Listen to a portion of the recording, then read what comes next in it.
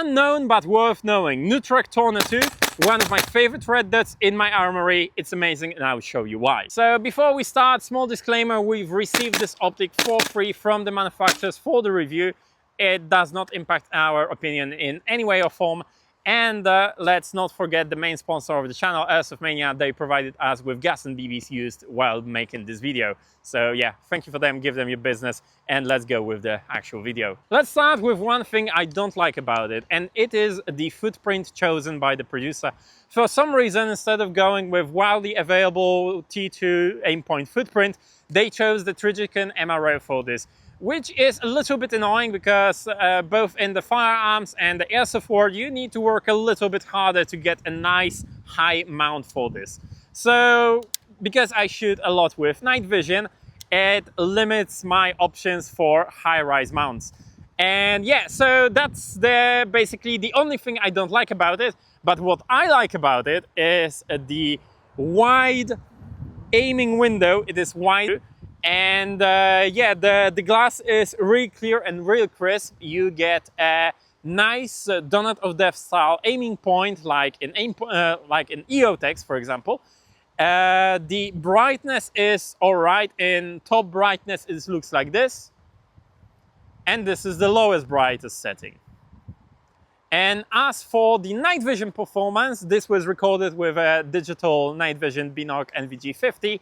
And as you can see, it looks great. Okay, so we talked about the features, now talk about the operation. So yeah, the battery is the regular CR2032.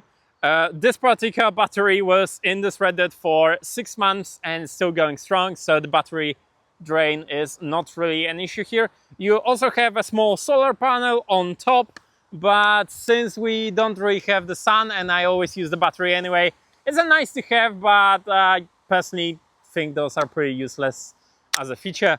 As for the other operations, your brightness buttons are on the side, so clickety click. They actually have a pretty nice report, so you can actually be sure that you clicked it and it actually did something even without looking on the reticle and checking the actual brightness.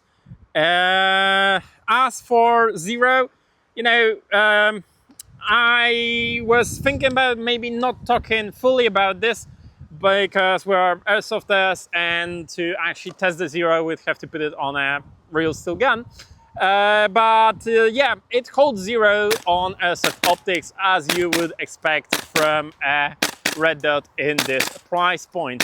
And as for the price point, this is what I personally call the lower mid-range Chinese price red dots. So those are about $180 or whatever that's going to be in your local currency. You can get them pretty much worldwide. You can also get them directly from Nutrek. And yeah, so that is pretty much it for the red dot today. And yeah, it's been a mainstay on my MP7. Now it's just gonna be moved toward larger guns, and you will be seeing it again and again in upcoming content. Thank you for watching, have a great time, and I'll see you with next video real soon.